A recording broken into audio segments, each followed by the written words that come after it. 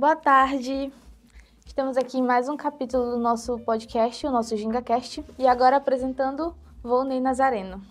Pode falar um pouco sobre a sua trajetória no ramo da narrativa gráfica? Olha, a trajetória é longa, né? Aí eu preciso saber qual é o ponto que tu quer saber. Tipo assim, quando foi que o senhor se descobriu como desenhista? Por exemplo, Desde quando o senhor teve o primeiro contato, que fez com que o senhor pensasse assim, caramba, vou me Recentemente manter. me perguntaram fizeram uma pergunta semelhante e eu disse o seguinte para essa mesma pessoa que me perguntou, né? Que eu acho que para todo desenhista de quadrinho ou desenhista, independente de ler quadrinho ou não, a gente começa lá na infância. Sim. Né? A nossa infância é o que molda a gente para a gente se tornar o adulto que a gente é hoje em dia. Por exemplo, se lá em tua infância tu assistia Dragon Ball, tu pode te tornar pai e avô que tu ainda lembra de Dragon Ball. Teu filho chega contigo e diz, só assistir anime? O anime foi criado na tua época? Não, foi criado na minha, muito tempo atrás. Então, tudo que foi criado lá na infância, que influenciou a gente enquanto criança, pode ter acompanhado ou não isso e está dentro da tua formação como adulto.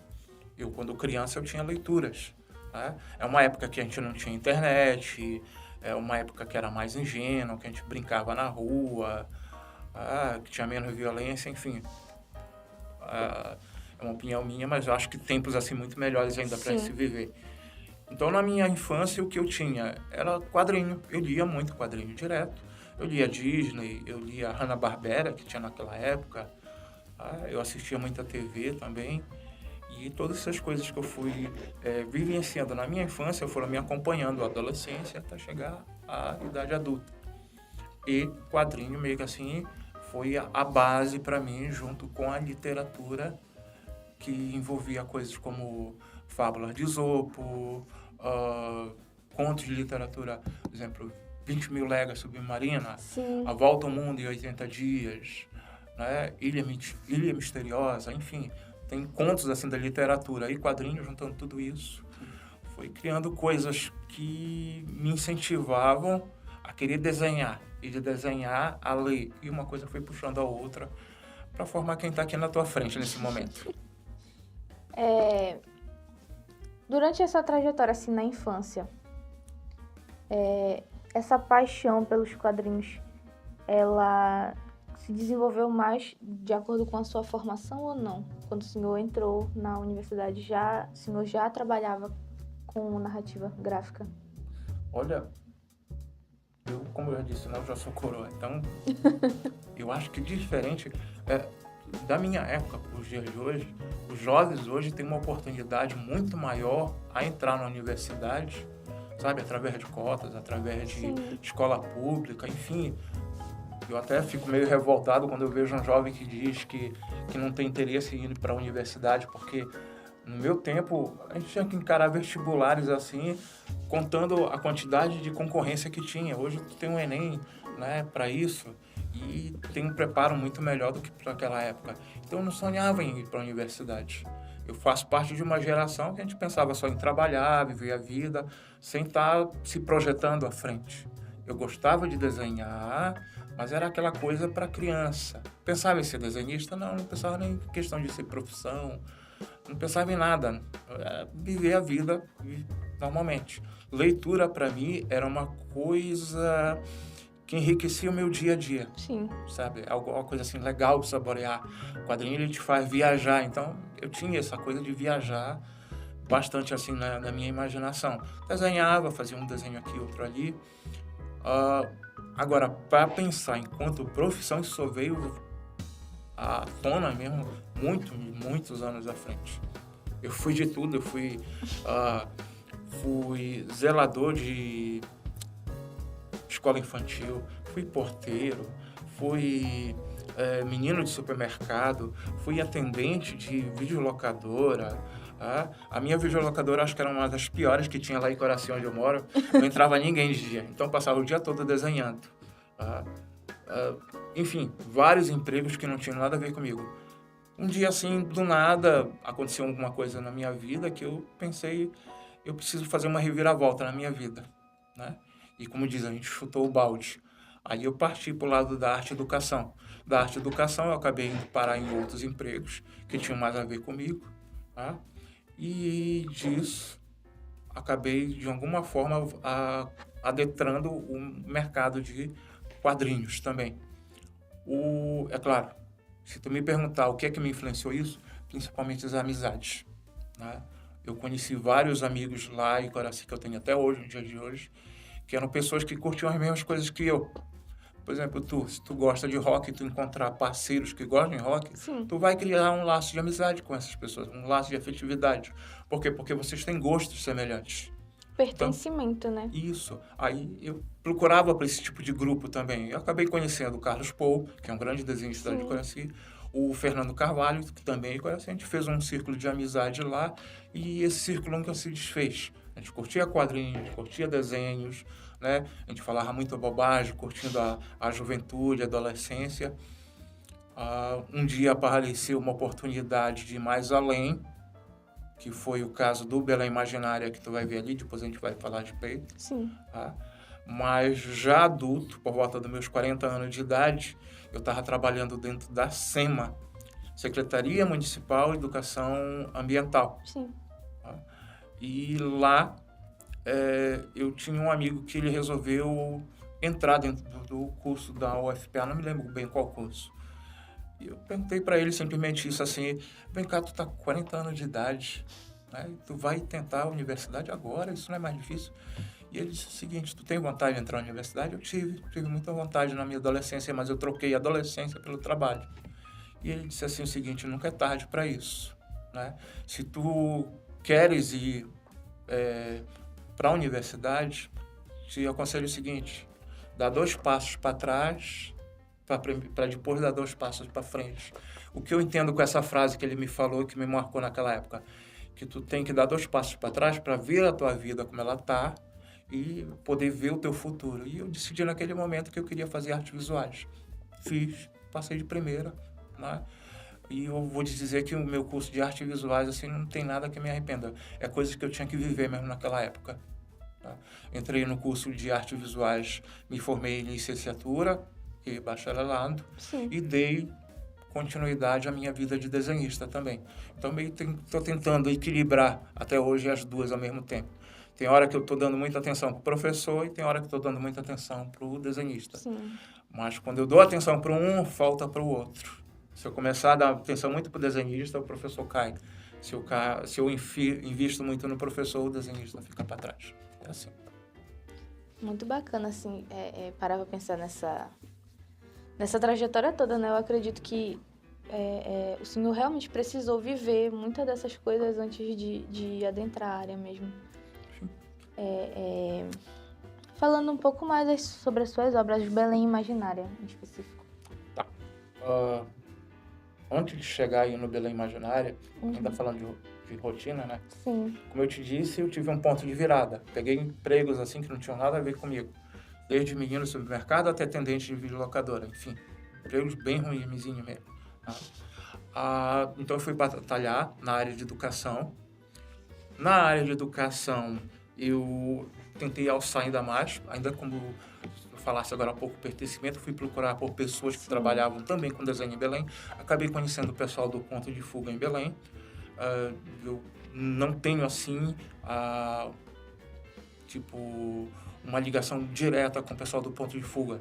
Não fui responsável pela origem dela, mas conheci várias pessoas importantes dentro do pessoal do Ponto de Fuga. Então, eu considero eles, assim, importantes para mim. Muita gente dentro do Ponto de Fuga se tornou grandes nomes do desenho em Belém, como o André Miralha, Emanuel Thomas, né? Enfim, pessoas que ainda trabalham dentro da área cultural hoje em dia.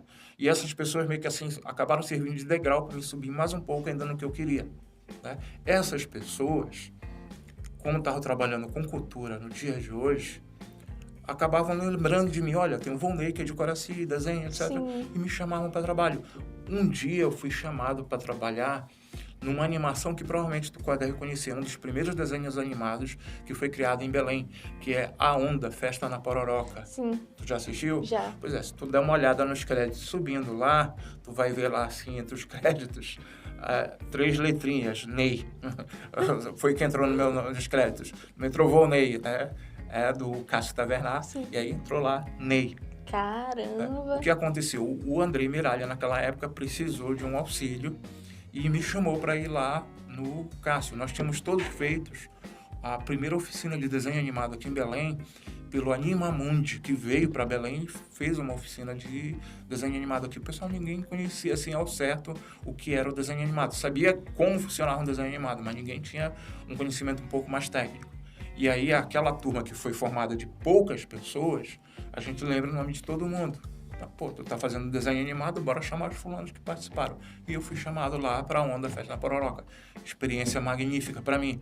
Né? Fui lá para dar um auxílio pro Cássio. Um belo dia eu tô lá, desenhando lá uns personagens assim aleatórios.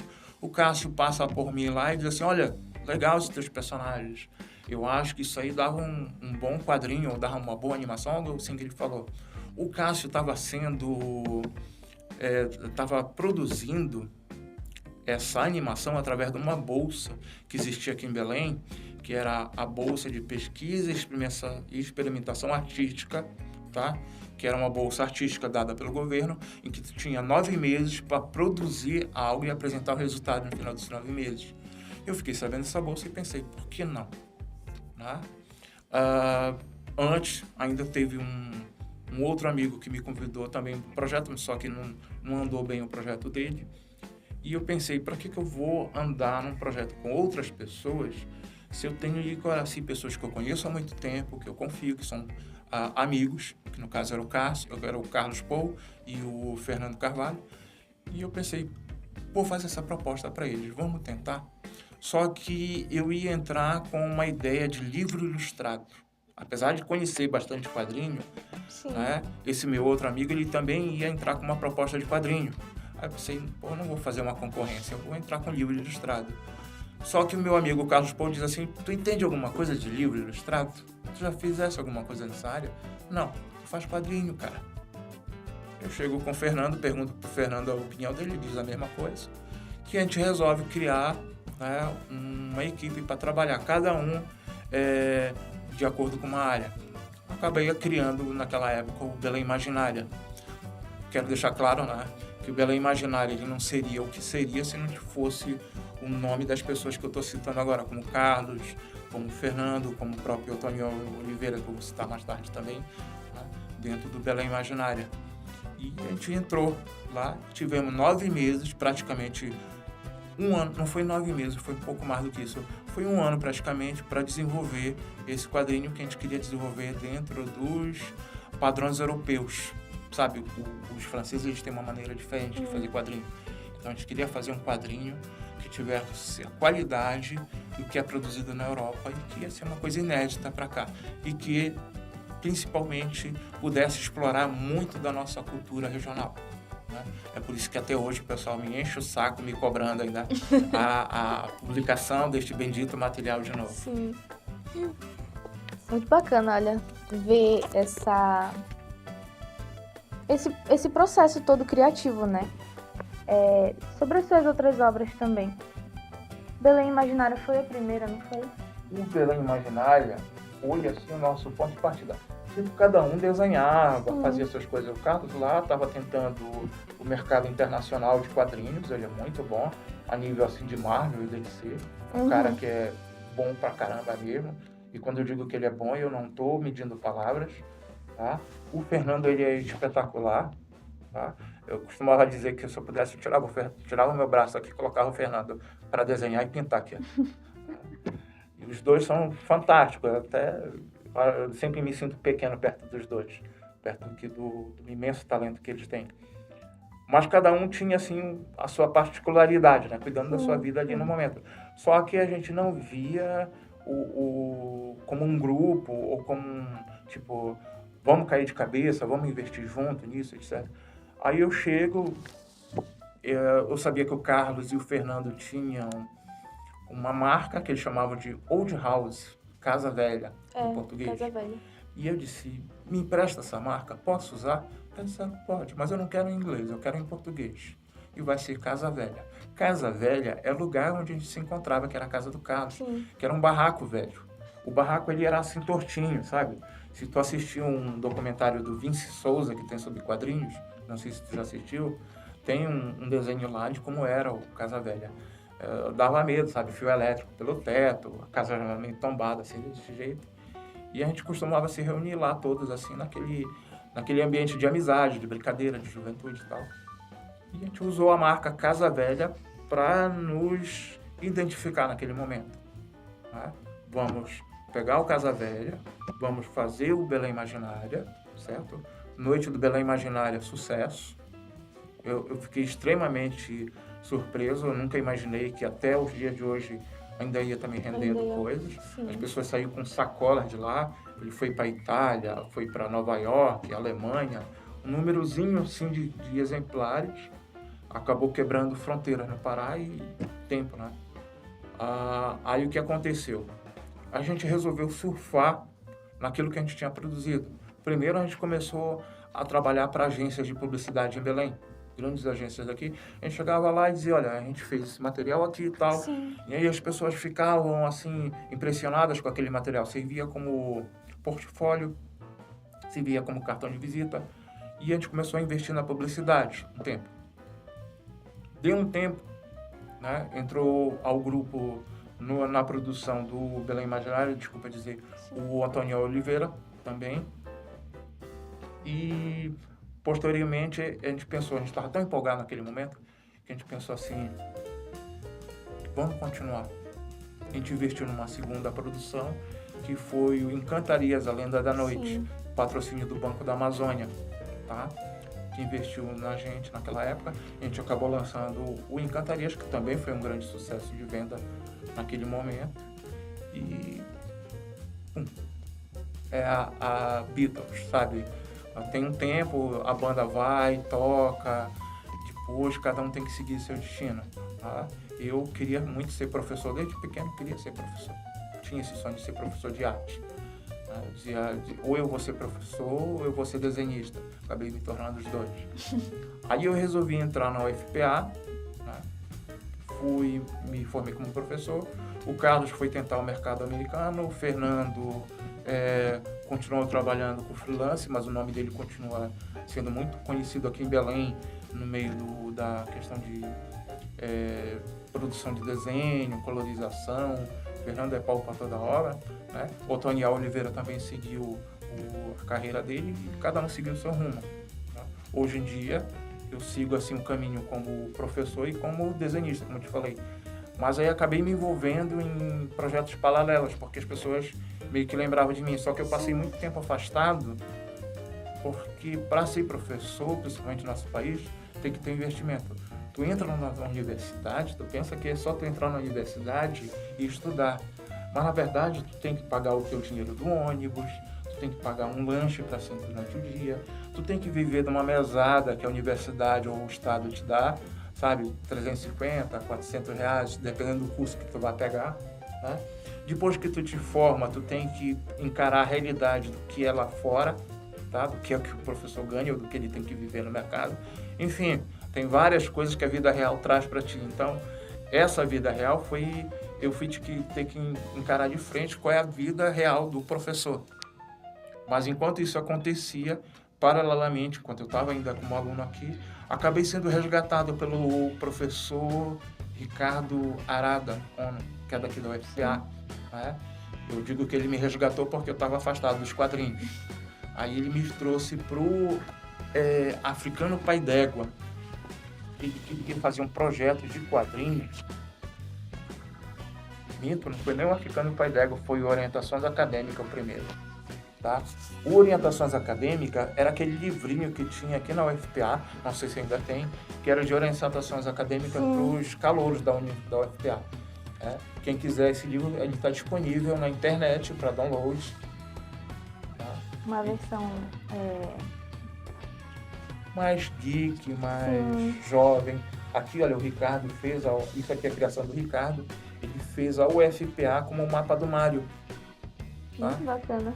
E aí o Ricardo, ele queria que o Orientações Acadêmicas tivesse uma cara mais de jovens, sabe? Queria que tratava o cara que é roqueiro, o cara que é reggae, o cara que é bregueiro, o cara que não sabe o que ele quer da vida, enfim, ele queria entrar na cabeça dos jovens, tá? E trazer para cá, para que se tornasse uma leitura interessante para quem é calouro. E não uma coisa assim que fosse enfadonha, cheia de texto. Aí tá, bora encarar, né?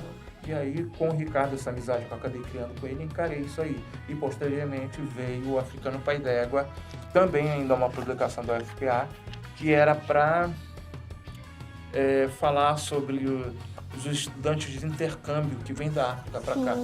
Como é lá, como é aqui, como é que o povo brasileiro, ou no caso paraense, reage, né, a essa vivência dos estudantes africanos aqui. Enfim, acabou rendendo uma outra publicação minha e do Eliese França, que tinha sido meu aluno de Histórias em Quadrinhos, já que eu ensinava lá pela Casa da Linguagem, Corvo Velho. E aí o Eliese, eu e o Ricardo acabamos criando laços de amizade e de trabalho também. Muito bacana. Essas são as duas publicações que acabaram saindo pela UFPA. Sim. E outras coisas foram interferências, direta ou indiretamente, minha em quadrinhos. Sempre participando, né? Sim, quando as pessoas lembram de mim, elas me chamam para dar um auxílio, uma orientação. Tá? Esse, por exemplo, que tu tem em mão, é o outro lado de Mucuruçá, é da France Botelho, tá? Ela me chamou, ela me chamou para dar uma assessoria para ela. Isso aí é uma interferência indireta minha. Eu fiz layouts, ajudei alguns layouts que eu mandei para lá para ela, para dar um auxílio. Mas isso é publicação dela, tá? Não quero tomar crédito nem nada. Tá? E é um trabalho de quadrinho muito bom e que tem que ser se vocês tiverem oportunidade, chamem ela para falar a respeito desse trabalho aqui. Tá? São poucas as mulheres que trabalham com quadrinho aqui, a maioria são homens. E ela merece toda a visibilidade que ela puder ter.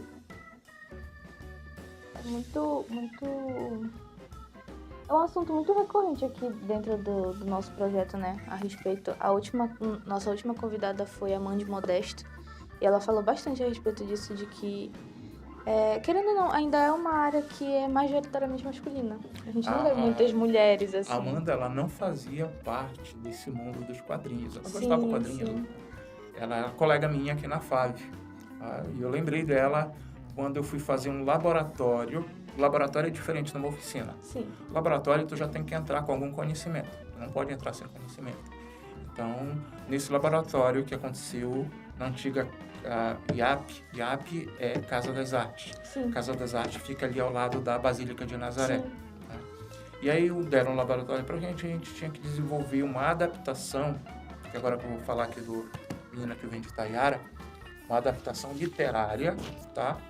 De uma escritora paraense.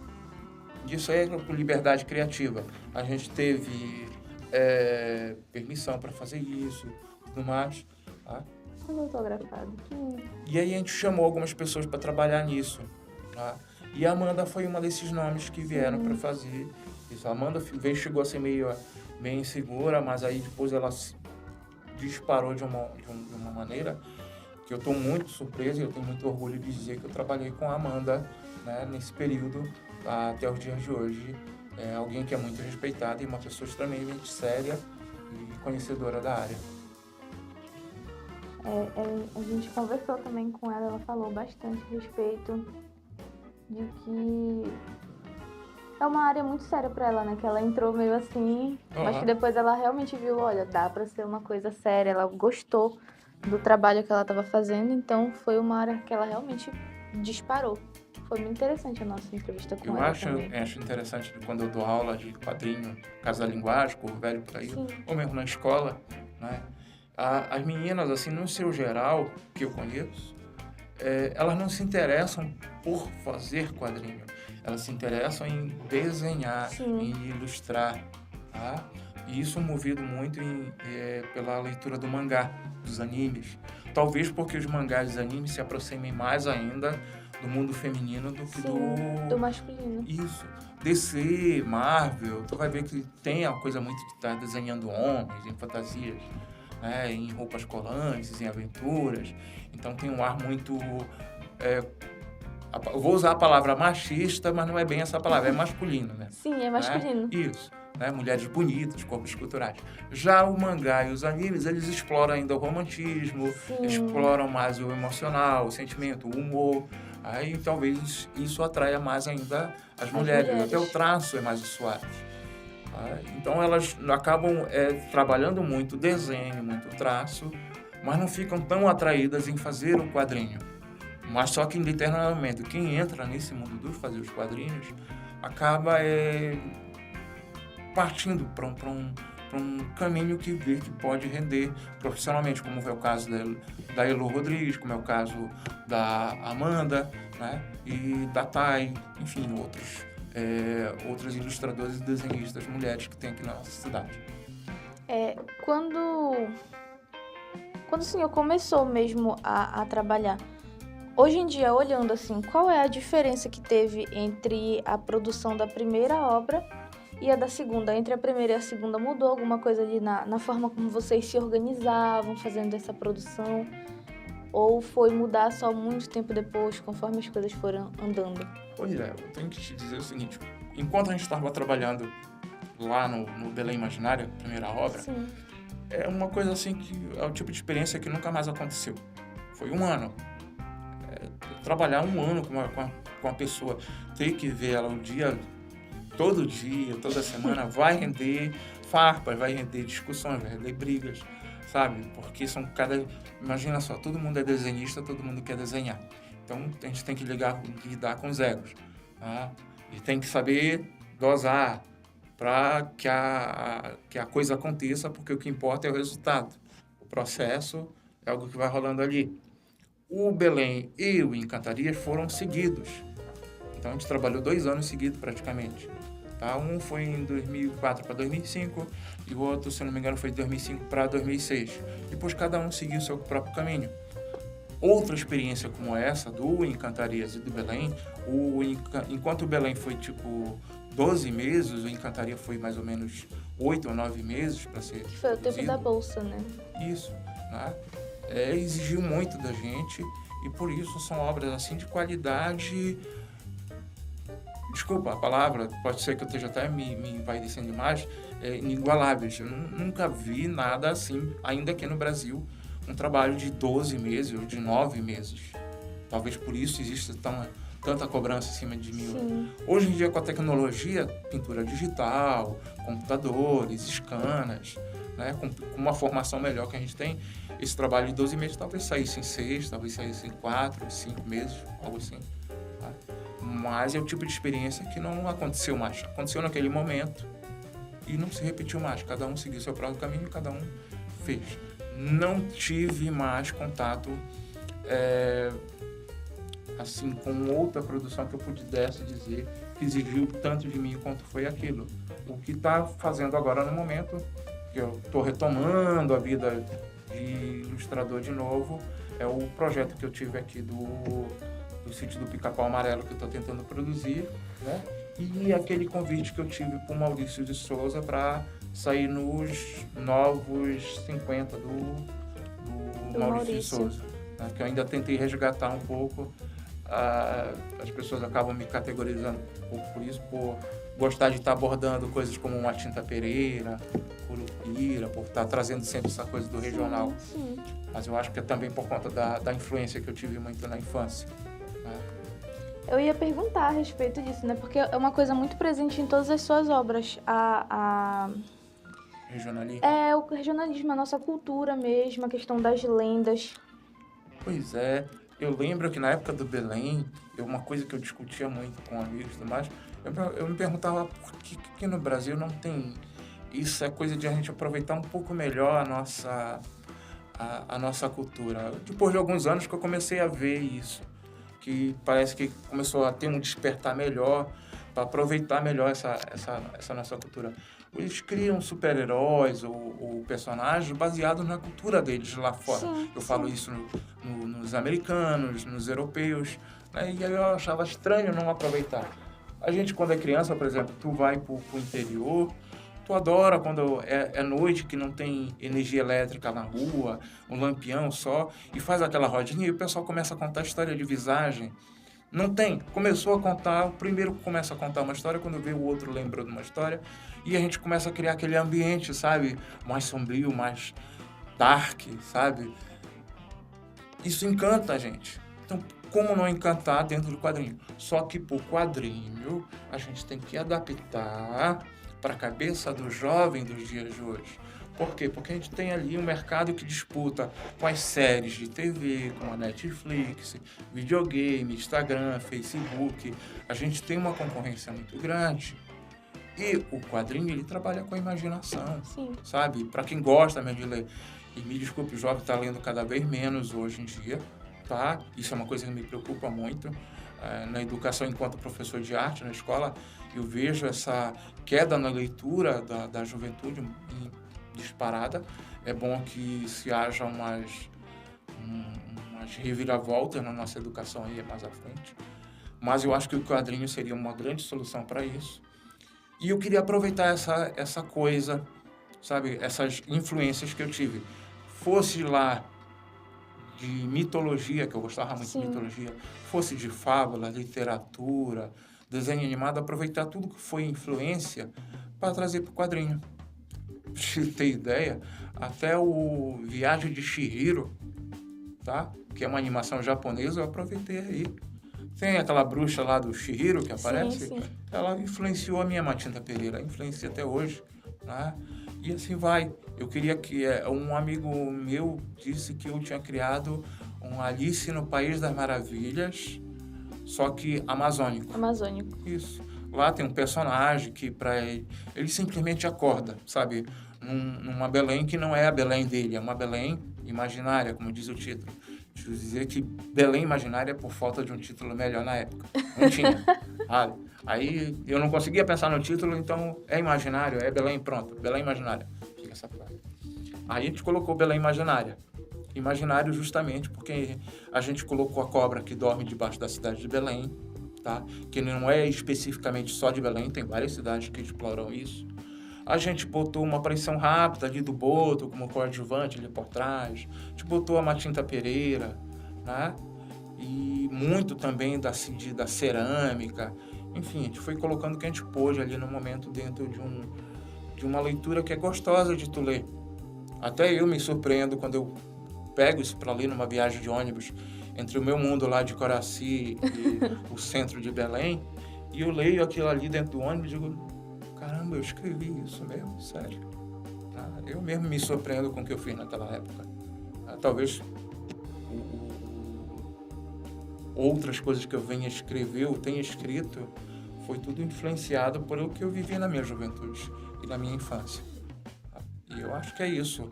O quadrinista, ele tem que ser um bom contador de histórias, sabe? Se ele não conseguir captar esse teu imaginário, ele nunca vai ser um bom quadrinista. Essa é a diferença, né? De um bom quadrinista e alguém que só escreve. Porque pegar um texto pronto e transformar assim... Isso. Eu digo para meus alunos de quadrinho, que eu dou aula, para isso aí, que se tu não consegue passar a mensagem, tu tá criando um quadrinho para satisfazer ego, tu não tá fazendo um quadrinho para os outros. Tu tem que fazer o quadrinho sempre com esse tipo de pensamento. Eu não estou fazendo o quadrinho para me satisfazer. Eu estou fazendo um quadrinho para satisfazer o meu leitor. É para ele que eu estou fazendo o quadrinho. Pessoas que pensam que aquele seu quadrinho é a grande obra da sua vida, né, e não aceitam críticas ou veem a reação dos outros com aquele material que leem, então ele está falhando na sua missão de ser um bom contador de história. Lembrar, eu não faço quadrinho para mim, eu faço quadrinho para os outros. Talvez eu tenha esse hábito de sair mostrando para todo mundo o que eu faço, muitas das vezes, né? Mas é porque eu gosto de olhar na cara da pessoa que está vendo o meu material e no teu olhar eu reconheço se tu gostou ou não daquilo que tu ouviste. Eu vou contando a história que eu falei e vou identificando as tuas reações, né? isso eu faço com todo mundo. No momento em que eu comecei a te mostrar, a primeira coisa que eu coloco é a pasta na tua mão, eu já comecei a olhar para o teu rosto. E à medida que tu vai virando as páginas, eu vou identificando as tuas reações sobre aquilo que tu vai vendo. Tá? Isso começou com o Alexandre Siqueira. Quando eu era jovem, eu fui no Corro Velho me propôs a ensinar no Corro Velho. A primeira vez que eu fui lá no Corro Velho. Bom dia, eu queria saber se aqui vocês aceitam pessoas que ensinam. Eu soube que vocês ensinam quadrinhos aqui, trouxe uma pasta grande aqui com essa e meus desenhos lá dentro. Né? Todo nervoso para falar com a pessoa. E adivinha quem era o meu coordenador lá? Um grande nome daqui de Belém, de artista plástico, que era o Alexandre Siqueira. Né? Aí o Alexandre Siqueira pega a minha pasta e virou assim, e nossa, o Alexandre fez uma reação. Ele pegava, ele olhava as pastas, ele olhava o desenho assim, né? E eu fui vendo aquela reação tão estranha, porque eu nunca tinha visto nada como aquilo. E eu gostei daquilo, tá? E o Alexandre disse umas palavras que meio que me marcaram naquela época, porque tu ouvi do teu pai, da tua mãe, de amigos o tempo todo, se eu desenhasse como tu, eu já estava rico. Se eu desenhasse como tu, eu não estava morando aqui no Pará. Se eu desenhasse como tu, etc, etc. Só que aquilo ali se torna rotineiro. Mas quando tu vê uma pessoa diferente, vem e tem essa inspiração que o Alexandre teve, eu costumo dizer que o Alexandre foi degrau para mim. Aí disse, não, a gente tem muito como te aproveitar no Corro Velho. Né? E aí me inseriu nas oficinas de quadrinhos lá no Corro Velho. E uma vez ou outra eu tô por lá ensinando. Assim Até como hoje? Vários outros. Até hoje, quando eu posso, eu vou lá, porque Corro Velho, assim, é uma fuga para vários desenhistas em Belém. Muitos dos desenhistas de Belém, ou nomes que já cruzaram por aqui, tiveram uma passagem pelo Corro Velho ou pela Casa da Linguagem. Muito bacana. Vou mostrar um pouco essa sua pasta aqui, porque À não vontade. não tem como não se surpreender com ela realmente. Dessas obras aqui são quais? Aí vem o Belém Imaginária, né? São prints que eu tirei do original. O original já não sai mais de casa. Já tiveram exposição, inclusive aqui na UFPEL eu cheguei a expor. Muito, muito, muito bonita. É uma arte muito bonita em si. Tem algumas coisas assim, irritantes no público que vai, às vezes, ver uma obra, né? Que as pessoas, elas não têm um senso, elas gostam de estar passando a mão. Nossa, o que será que ele pintou isso? Passa o dedo assim. Né? Aí te dá um nervosismo quando vê isso. Esse aí foi com Maurício de Souza. O Louco vem passar as férias em Belém do Pará. Não, minto, desculpa. É o Cebolinha que vem passar as férias em Belém do Pará e passa alguém do lado dele, que ele não reconhece, mas ele sabe que é alguém conhecido, que é o Louco, tá? Cantando um carimbó. Do nada, o Louco sequestra o Cebolinha e eles saem numa aventura para conseguir os autógrafos da Iara, Matita Pereira, Curupira, Mapinguari, né? E o Cebolinha, coitado, como sempre, é arrastado pelas loucuras do Louco. É muito bacana ver como o seu traço, né, em si ele já é um pouco mais infantil, mas a história, querendo ou não, ela vai ficar um pouco mais dark. Eu acho que é isso que causa esse interesse. Pelo menos foi o meu Esse aí interesse. Saiu no Açaí Pesado. Eu, Ricardo e outros, a gente fez parte de um grupo de fundadores aqui, de desenhistas que se uniram para fundar um grupo chamado Açaí Pesado. Depois a gente conseguiu publicar um primeiro número dele e saiu. Coloquei a história da Lua. A Lua vem à Terra passear, porque ela queria saber como é a vida dos humanos. E ela entra numa floresta onde ela encontra uma fera. E quando a Lua, ela é alertada, né, que existe uma fera ali, a fera encontra a Lua e diz o seguinte: para te passar pelas minhas terras, tu tem que pagar um pedágio. Mas a fera não sabe que ela é a Lua. E a Lua diz para ela: eu tenho que te pagar um pedágio? Por causa disso eu vou te amaldiçoar. E amaldiçoa a fera a virar homem. E nas noites de lua cheia, esse homem vira fera para pagar o pedágio à própria lua. É a história do lobisomem ao inverso. Muito, muito bacana. Né? E aí tu vê a lua aqui dizendo: eu tenho que te pagar um pedágio, então eu vou te amaldiçoar por isso. Né? Às vezes é um desafio tu contar uma história em 4 páginas, viu? Sim. E aí são outras brincadeiras, coisas publicadas, coisas que não estão publicadas. É muito interessante porque o senhor também faz algumas releituras de outras coisas, né? Tipo, a Mulher Maravilha. Aqui. Ela reconheceu, ele está bem com tantas referências, ele não reconhecesse. Era uma história que eu queria falar sobre feminicídio, mas nunca consegui chegar ao final da história, né? Começa como uma paquera simples, nunca aparece o rosto dele, que na verdade o agressor pode ser qualquer um, né? Mas aparece o Muito rosto interessante dela. essa brincadeira do Aham. ponto de vista. Aí no final da história aparece o cadáver dela e a polícia perguntou qual foi a causa da morte dela. Foi amor. Aí era para falar sobre feminicídio. Aqui eu falo sobre João e Maria. O nome da história é Migalhas de Pão. Se tu conhece João e Maria, tu sabe que João e Maria marcavam o caminho deles com migalhas de pão. Migalhas de pão. Então a história é meio que assim, eu estou dizendo sobre o que é a história, sem dizer que a história é essa, né? Essa é uma mulher que dá bombom para crianças na rua, mas não diz quem ela é, na verdade. Isso aí é lá dos anos 90, anos 80, era bem mais infantil.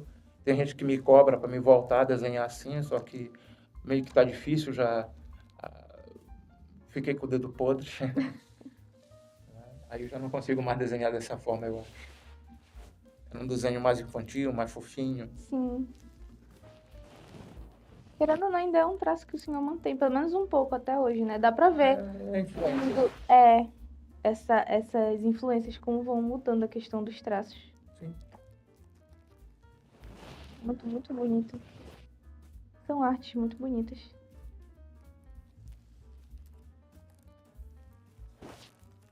Essa é uma das primeiras histórias que eu fiz. Ela é inspirada no Pequeno Nemo, Little Nemo, que é um quadrinho, se é inglês ou americano, mas é um dos primeiros personagens de quadrinho a ser lançado no mundo, inclusive tem desenho animado também.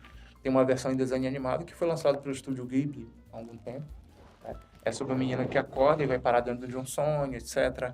Aí eu quis fazer a minha própria versão do Little Nemo. Não trouxe aqui, na verdade, a primeira história que eu fiz é uma página só, é sobre um menino que quer ver o armário. O nome da história é O Monstro do Armário. A mãe dele diz que ele não deve abrir a porta do armário, mas ele quer ver o que tem lá dentro. E aí a mãe dele diz: se tu abrir o armário, o monstro do armário vem e vai te matar, vai te comer. Aí a mãe dele vai embora. Aí ele fica, né? Será mesmo? Isso deve ser mentira. Mas ele imagina um monstro saindo do armário e devorando ele. Aí ele resolve ir embora. Aí quando ele vai embora, o armário se abre um pouquinho a porta e depois fecha de novo. Né? Sua primeira história. É lá pelos 18, 17 anos de idade, aquele traço bem grosseiro ainda. Tirando isso, também tem influências influência já, né?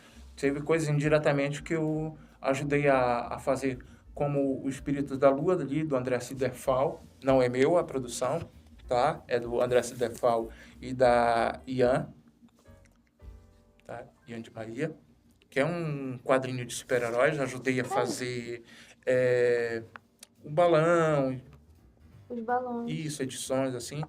Tá? Vou te dizer que nem todo desenhista de quadrinhos sabe pintar, nem todo desenhista de quadrinhos sabe fazer balão, nem todo desenhista de quadrinhos sabe mexer no Photoshop. Ontem a gente estava conversando inclusive com a Amanda, fiz a proposta para a gente fazer uma oficina de edição de quadrinho, talvez trazer aqui para a FAV, tá? Ou fazer a proposta para a Casa da Linguagem, para ensinar as pessoas a editarem quadrinho, colocar balão, colocar título, porque existe uma sequência de regras, de critérios que tu tem que fazer isso. Não basta só saber desenhar. As pessoas tendem a achar que o cara que sabe desenhar, ele sabe pintar, ele sabe fazer a capa, ele sabe fazer tudo. Tem gente que ainda, nos dias de hoje, acredita que a gente desenha assim desse tamaninho, sabe? Formato de gibizinho, como Turma da Mônica. Mal sabem que, na verdade, a gente desenha assim num A3 ou muitas vezes muito maior. Tá? Tem o Mãos... Milcídio, que foi do Ricardo Arada. Eu ajudei ele em alguns pontos aí. Foi a organização dele, tá? Convidei vários desenhistas a participarem desse produto aí. E tu vai vendo vários nomes que estão trabalhando ou trabalhavam com o quadrinho aqui em Belém, né? Dentro de uma oficina que a gente fez para produzir o Milcídio. Eram relatos a respeito de experiências do Círio em Belém do Pará. Olha que o Círio tem muita coisa para ser explorada, né? A gente teve só uma publicação, se não me engano, a respeito da história do Círio do Pará, que saiu pelo Diário há muito tempo atrás. Quem tem esse exemplar não deve se desfazer dele, porque é algo assim histórico para a nossa história. Muito, muito bonito. É muito interessante falar sobre isso também, porque a gente realmente tende a pensar que todo mundo que sabe ilustrar sabe fazer tudo. Inclusive escrever, a questão dos balões, a sequência. A gente tem que lembrar que quadrinho, além de uma forma de arte, ele também é uma indústria. Quadrinho hoje está no cinema, quadrinho está nos videogames, quadrinho está na moda. Tá? Na minha época, lá de adolescente, quem tinha uma camisa da Marvel, da DC, era o cara, era muito... Era igual a camisa do Guns N' Roses ou camisa do Heavy Metal. Hoje em dia não, tu encontra isso ali numa Shopee da vida, manda buscar, tu chegou na tua casa ali. Mas enfim, quadrinho está em várias áreas hoje em dia. Tu ainda considerar quadrinho como uma coisa de criança, tu tá pensando pequeno, porque quadrinho ele é uma mídia e existe mercado para isso. Só que para te estar dentro desse mercado, tem que estar preparado, sabe? Tu precisa estar preparado para escrever, tu precisa estar preparado para editar, preparado para desenhar, preparado para colorir, enfim. Se tu pretende trabalhar com quadrinho, tu precisa correr atrás de uma formação. Não basta saber desenhar. Conhecer o mercado, saber como ele funciona no teu país, que público tu quer alcançar, tá? É algo que tu tem que começar a adquirir experiência. Chegar a pessoas, fazer parte de eventos. Agora, recentemente, a gente teve o Circuito Amazônico de Quadrinhos. Né? Não sei se vocês tiveram a oportunidade de participar ou de ir lá, mas tiveram vários desenhistas de fora. Uma coisa que me surpreendeu no circuito foi ver, assim, o avanço que a gente teve. Eu fiz parte de algumas semanas do quadrinho no passado e a gente carregava compensada na cabeça. A gente pregava, sabe, os nossos trabalhos lá com acetato, nós mesmos. Alunos da UFPA que eu convidei, a gente ia para lá para organizar. Por quê? Porque não tinha gente específica para isso ou pessoas interessadas. Agora não, na coordenação desse evento aqui, não tinha uma, mas várias pessoas que eram do meio de quadrinhos, né, recepcionando, inclusive pessoas que vieram de fora. E meio que assim, o nosso quadrinho em Belém, assim como o da região norte, ele está se consolidando. A gente teve Rondônia, Roraima, Manaus, enfim, o circuito amazônico está pegando assim o norte. O próximo circuito amazônico que tiver, ele vai ser gigantesco, provavelmente. Eu acho que, inclusive, o circuito que teve agora, o evento que teve agora, ele não chegou a ser tudo que ele poderia ter sido. Eu acho que ele, não estou dizendo que ele foi ruim, ele foi maravilhoso. Mas eu acho que ainda dava para ir mais além ainda, né, perto do que eu vi de estrutura, porque foi uma estrutura assim maravilhosa para receber e para acomodar o público ali que estava interessado em conhecer o quadrinho da Amazônia. Aproveitando um pouco esse seu gancho, né, era a pergunta que eu ia fazer a seguir. Qual é a sua opinião com relação ao espaço que as narrativas gráficas amazônicas estão tendo agora? Porque o senhor já é de outro período, né? No seu período era outra dinâmica, era outra coisa.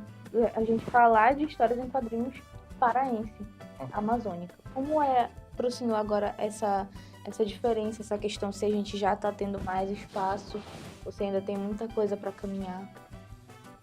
Olha, primeiro é a questão do circuito, né? Agora, no momento, está consolidando isso e está criando assim um eixo diferente para gente. Porque tendo o circuito também estimula quem faz quadrinho. Se tu faz quadrinho e tu participou do evento aqui, tu foste estimulado.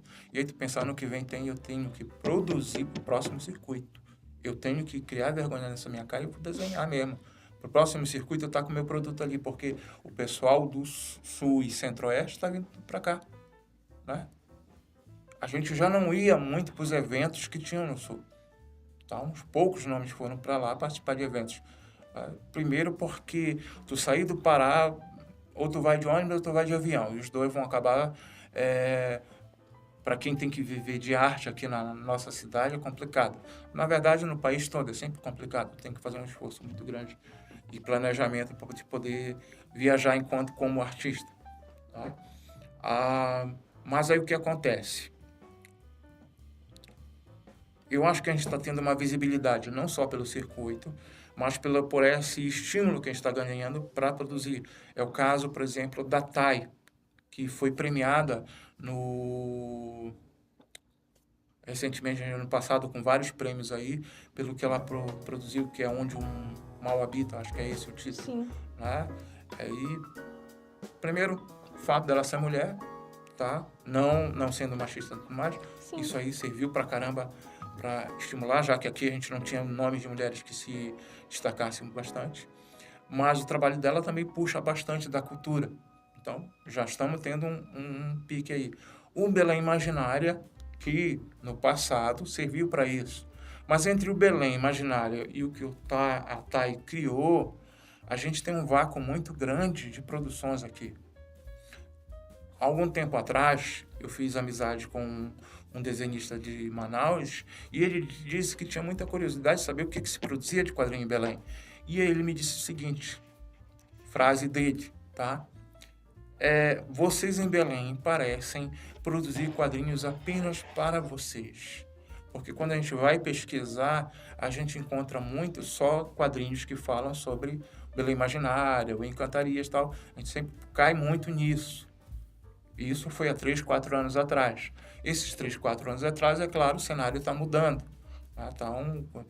Cenário, quando eu digo que o cenário está mudando, aqui em Belém, é porque tem surgido vários coletivos de pessoas. Sim. O que são os coletivos? Os coletivos seguiram o exemplo do que era o Açaí Pesado. Né? Pessoas que estão se juntando, pessoas que estão unindo seus talentos, suas vontades, seus desejos de publicarem. Então, estão correndo atrás de ganhar espaço para isso. Mas o que ele falou ainda continua valendo.